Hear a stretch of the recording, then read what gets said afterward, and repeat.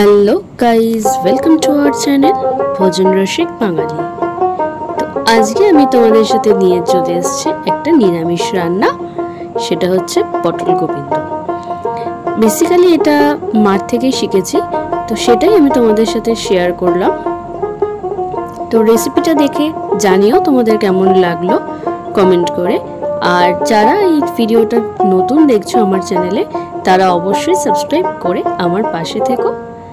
তো চলো আজকে এই একদম সম্পূর্ণ নিরামিষ রেসিপিটা তোমাদের সাথে শেয়ার করব।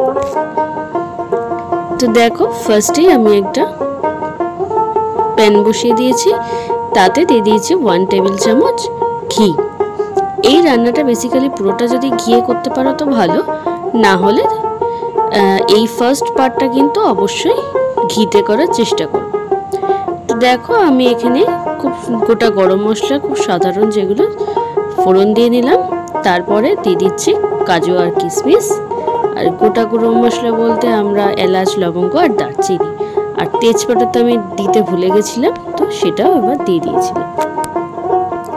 তো যখন এই কাজু আর কিশমিশগুলো একটু ভাজা ভাজা হয়ে যাবে, মানে কাজুর রঙটা একটু হালকা লালচে হয়ে যাবে আর কিশমিশগুলো হালকা হালকা ফুলে উঠবে, তখনই কিন্তু আমরা দিয়ে দেবো এখানে গোবিন্দভোগ চাল।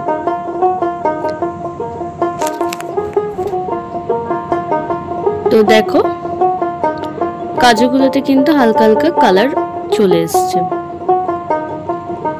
আর দেখো কিশমিশগুলোও কিন্তু ফুলে উঠেছে। তো আমি এখানে 1 কাপ গোবিন্দভোগ চাল, মানে চায়ের কাপের যে কাপ, সেই কাপ 1 কাপ গোবিন্দভোগ চাল ধুয়ে জল ঝরিয়ে রেখেছিলাম।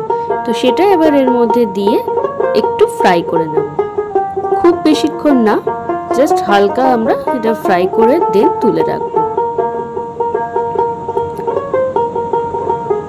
তো দেখো, আর এটা কিন্তু অবশ্যই একদম লো টু মিডিয়াম আছে তোমরা করবে, না হলে কিন্তু চাল অনেক সময় পুড়ে যেতে পারে বা কাজু কিশমিশগুলো পুড়ে যেতে পারে।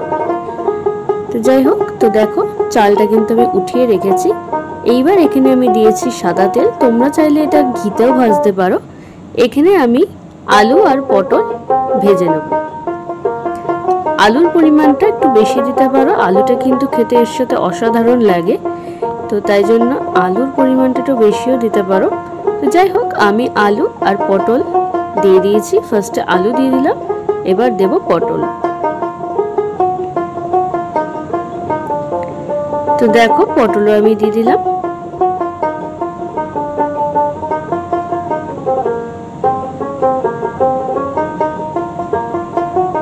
তোমরা চাইলে আলুর পরিমাণটা বেশি করে পটলের পরিমাণটা কম করতে পারো, কিন্তু যেহেতু এটা পটল গোবিন্দ, তাই আমি কিন্তু পটলের পরিমাণটা বেশি রেখেছিলাম।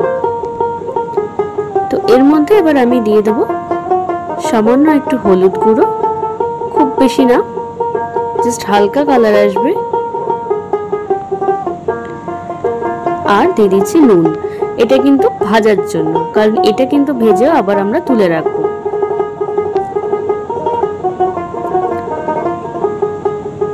তো দেখো, এটা কিন্তু খুব বেশি ভাজার দরকার নেই, নরম হওয়া অবধি আমরা ভাজবো। খুব বেশি নরমও দরকার নেই, কারণ এরপরে কিন্তু এটা আবার চালের মধ্যে সিদ্ধ হবে।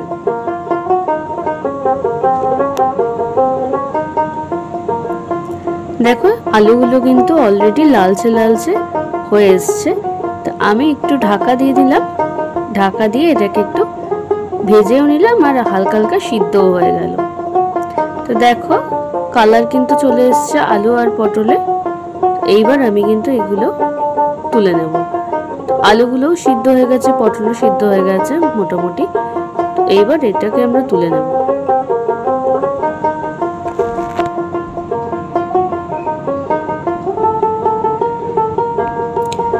তো দেখো,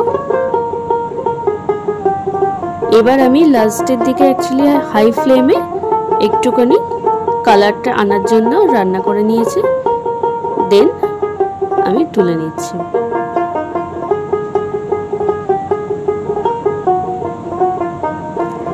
তো দেখো, এর মধ্যে আবার আমি ওগুলো তুলে নেওয়ার পর আবার কিছুটা দিয়েছি তেল, আমি কিন্তু এখন আর ঘি ইউজ করিনি, তোমরা চাইলে ঘি ইউজ করতে পারো।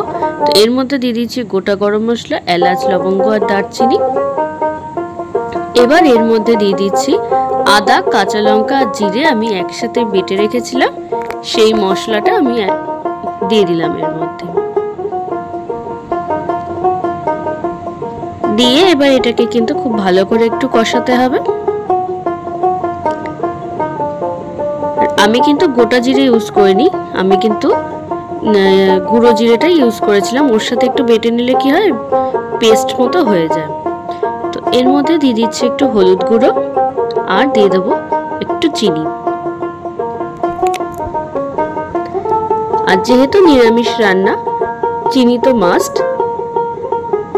তো তারপরে দিয়ে দিচ্ছে স্বাদ মতো নুন।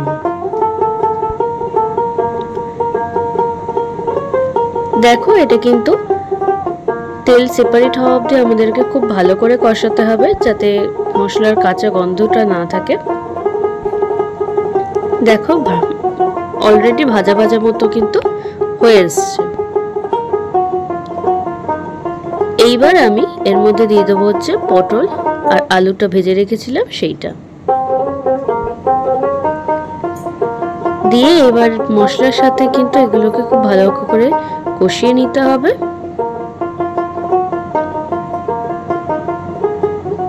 এই রান্নাটা কিন্তু নিরামিষ দিনে একদম খুব ভালো লাগার মতো একটা রান্না, তোমরা নিরামিষের দিনে একটু ট্রাই করতে পারো। তো দেখো এইবার আমি দিয়ে দিচ্ছি যে চাল আর যে সমস্তগুলো ভেজে রেখেছিলাম, মানে কাজু কিশমিশ যা যা ছিল ওর মধ্যে, সব একসাথে ওর মধ্যে দিয়ে দিচ্ছি।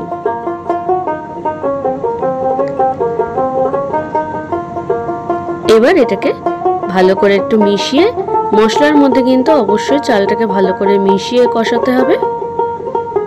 জলের ব্যাপারটা কিন্তু তারপরে দেব। তো দেখো এটা একটু, আর এর মধ্যে আমি একটুখানি নুন দিলাম, আমার মনে হলো আর একটু নুন দরকার, তাই জন্য আমি একটু নুন দিয়ে দিচ্ছি। দিয়ে এবার ভালো করে কষিয়ে নেব। ব্যাস ভাজা ভাজা মতো হয়ে গেছে, দেখো তেলও সেপারেট হয়ে গেছে। এবার এই দেখো এই কাপেরই কিন্তু আমি 1 কাপ চাল নিয়েছিলাম, তাই 2 কাপ কিন্তু দিতে হবে জল। 1:2 এর রেশিওতে কিন্তু আমাদের জলটা ইউজ করতে হবে, চাল আর জলটা। এটা একটু ভালো করে মিশিয়ে নিয়ে এর মধ্যে দিতে হবে আর একটা জিনিস। দেখো এটা ফুটে গেছে। এবার এর মধ্যে আমি দিয়ে দিচ্ছি 1/2 কাপ দুধ। এর মধ্যে যেহেতু পটল আর আলু আছে, সেটা কিন্তু অলরেডি জল টেনে নেবে, তাই জন্য একটু জলের পরিমাণটা বেশি দিতে হবে।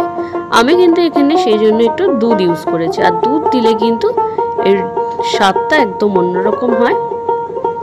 তো দেখো এখনো কিন্তু একটু কাদা কাদা মতো আছে, আরো কিছুক্ষণ আমি ঢাকা দিয়ে এটা হতে দেব।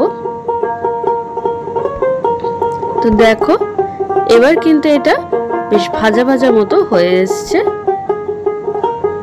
দেখো এখন আর কিন্তু অতটা লেগে নেই। এইবার যেটুকু ঝরঝরে নেই সেটা করতে গেলে তোমাকে কিন্তু কিছুক্ষণ রেস্টিং টাইমে রাখতে হবে। তো তাই জন্য এখানে আমি দিয়ে দিচ্ছি একটু গরম মশলার গুঁড়ো, খুব বেশি পরিমাণে দেওয়ার দরকার নেই, আর দিয়ে দেবো একটু ঘি। তোমরা যদি ঘিতে রান্নাটা করো তাহলে আর লাস্টে ঘি দেওয়ার দরকার নেই, কিন্তু যেহেতু আমি ঘিতে করিনি তাই কিন্তু আমি লাস্টে ঘি ইউজ করেছি। তো দেখো এটা কিন্তু রেডি প্রায় হয়ে এসছে। দেখো একদম সার্ভ করে ফেলেছি, একদম ঝুরঝুরে হয়ে গেছে পটল গোবিন্দ। তো রেসিপিটা কেমন লাগলো অবশ্যই লাইক আর কমেন্টের মাধ্যমে আমাকে জানিও। ভালো লেগে থাকলে সাবস্ক্রাইব করে, যারা নতুন আছে সাবস্ক্রাইব করে আমার পাশে থেকো, আর ফেসবুক থেকে দেখলে ফলো করে দিও। আজকের মতো টাটা, আবার চলে আসবো নতুন ভিডিও নিয়ে।